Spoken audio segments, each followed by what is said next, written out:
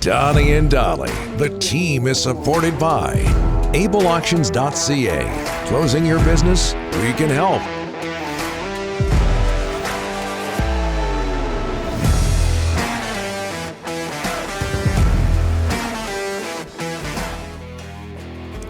All of our guests today sponsored by Basant Motors. Basant Motors of the $1,000 gas card. As we bring in Jay Woodcroft, who has signed a 3-year extension to continue as head coach of the Edmonton Oilers. He posted a 7-2 winning percentage after taking over behind the Edmonton bench February 11th. Of course, the Oilers won a couple of playoff rounds. He's 45 years old. And here's Jay. Jay, thanks for doing this. How are you, sir? I'm doing good. Thanks for having me on today, guys. I appreciate it. No problem. 45 years old and in charge of an NHL team. Has this happened quicker than you thought it would? I don't know about that. You know, I retired from playing. I was a minor league player. I played a little bit in Europe, and I retired from playing at 28 and walked into my first job, an entry-level position in Detroit. On the coaching staff there, and 17, 18 years later, I'm a head coach in the NHL. So I've had a lot of really good experiences along the way, but I think I saw value in taking my time to get here, in hitting the necessary steps of trying to get incrementally a little bit better each year. And sure enough, when I did get the call, I felt ready. And I thought that was what I started out to do from day one of my professional coaching career, was just to make sure that I was ready should this day ever come. And I felt ready on February 11th, and the team responded.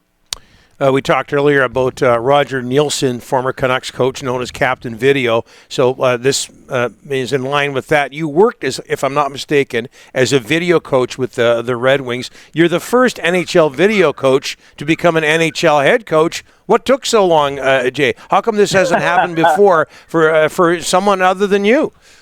I don't know. That's a good question. I've met a lot of really good video coaches over the years. I've taken a lot of pride in hiring a lot of video coaches and over the years, and a lot of them are in jobs in the NHL right now. So, it's an entry level position for me. At that time, the way the game was going, it was kind of right after the 04-05 lockout.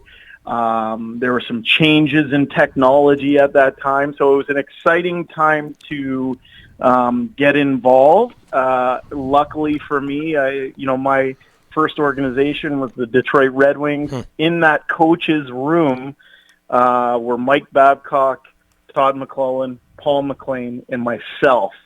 And all four of those individuals went on to become head coaches in the National Hockey League. And more than that, I think a lot of the way the game is played today, a lot of the ideas that you see started in that room with those coaches. And for me, as a 28-year-old at the time, I tried to approach that opportunity with keeping my ears open and learn as much as I could. And from there, I went on to San Jose to become an assistant coach, and eventually became Todd McClellan's lead assistant coach, and the rest is history. Yeah, you can say ears open and mouth shut. I say it to my kids all the time, Jay. No problem with that. No problem with that at all. Okay, Mr. Video Coach, I don't know how much you can say here. I don't know how much controversy you want to stir up. Kadri's goal, should it have counted? Well, I would say that we had enough controversy in our series with, what we felt was a interesting call in Game 1 of our series. So I'm not going to go there. Okay. I think the National Hockey League has the best officials in the world, and it is a tough job. Things happen in split seconds, and I recognize that. And sometimes you're on the good side of it, and sometimes you might end up on the other side of it, and that's just the way it goes. Well, that was so good, Jay. By the way, very good, excellent, very good. Jay, I want to ask you about a couple of former Vancouver Giants. I want to start with Evander Kane. How was he to coach? And I know he's a UFA. The Oilers got to sign him here in the next couple of weeks. We'll see how that goes. But tell us how it was coaching Evander. really enjoyed coaching Evander. I've been in the NHL and working for NHL teams for a long time, over 1,000 games, and I saw him from afar. I didn't know him or much about him. So when I got to coach him up in Edmonton, the first thing I noticed were his on-ice habits were excellent. Just small things like his board work or his ability to go to hard areas and stop rather than gliding through them. It's not hard to see why he's had the success on the ice that he has had. I found a player who was open, someone who was a good teammate, and certainly he made us a better hockey club. And I was really impressed with Evander, and it's my hope and everybody in Edmonton's hope that we can get him signed up here. Yep. And the other one is defenseman Brett Kulak, who's an Edmonton native, played for the Vancouver Giants. He was paired up with Tyson Barrie. What about Brett Kulak? Yeah, Brett, similar to Evander, I didn't have much history with Brett. I had seen him as he kind of broke into the league with Calgary, and then obviously he was part of that good run that they had in Montreal to the Stanley Cup final. I got to see him up close and how he operated on a daily basis in Edmonton. I saw someone who was an elite skater, someone who competed very, very hard, and someone who was a great teammate. I thought he made us, that trade helped propel us into the third round of the playoffs. There were moments where we asked him to do a little bit more, and he certainly was a big factor in our team's success this year. And just like Evander, our hope is to get him all signed up because he's certainly valued by his teammates and coaching staff and the fan base here in Edmonton. Jay, one more. There was a kid named Tyler Benson who went first overall in the Bantam draft to the Vancouver Giants. He's kind of had a tough time getting the traction at the NHL level.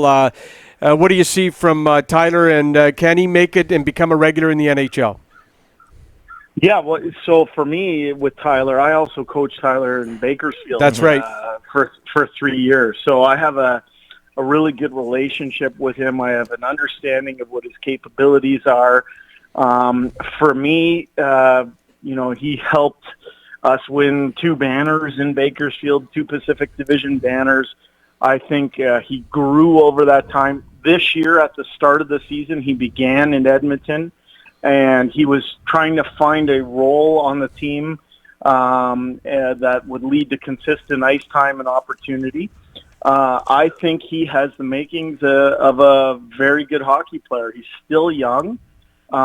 It's about finding his way in, finding a way to command ice time, finding a way to be an everyday player in the National Hockey League. And, one thing I can attest to is this guy works very, very hard. He's going to put the summer in required to make sure that he has a great start.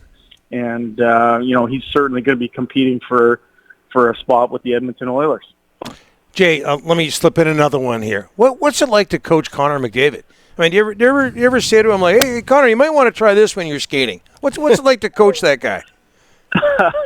Well, so when I first went to Edmonton, I went as an assistant coach to Todd McLellan, and our first draft was the draft where Connor was selected first overall. So I've been in the organization since his very first day.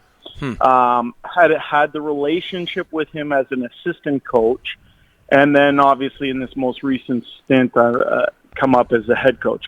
What I know about Connor, and furthermore, my experiences with the best players in the world, the Zetterbergs, Datsyuks, Lidströms of the world in Detroit, and my experience with the Pavelskis, Thorntons, and Marlows in San Jose.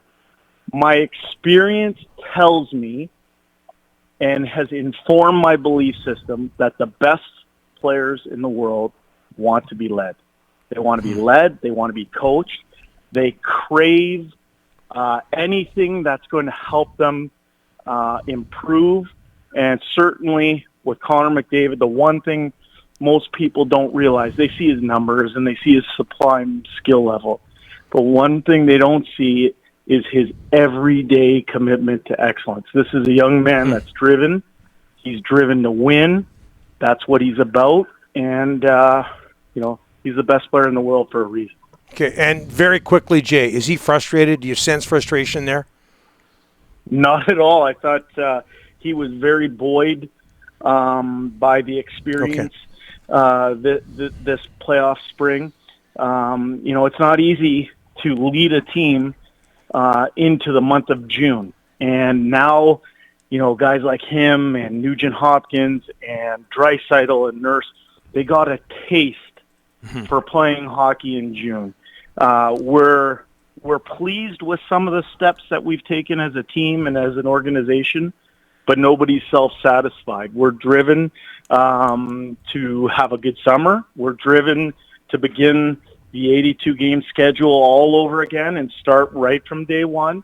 But playing in the month of June, I think, opened a lot of people's eyes in our organization, and all it did was create a taste for it. And I think the team's in a good spot. Jay, thanks for making time for us. You mentioned the summer. Have yourself a great summer. Thanks so much. I appreciate it, guys. Take care.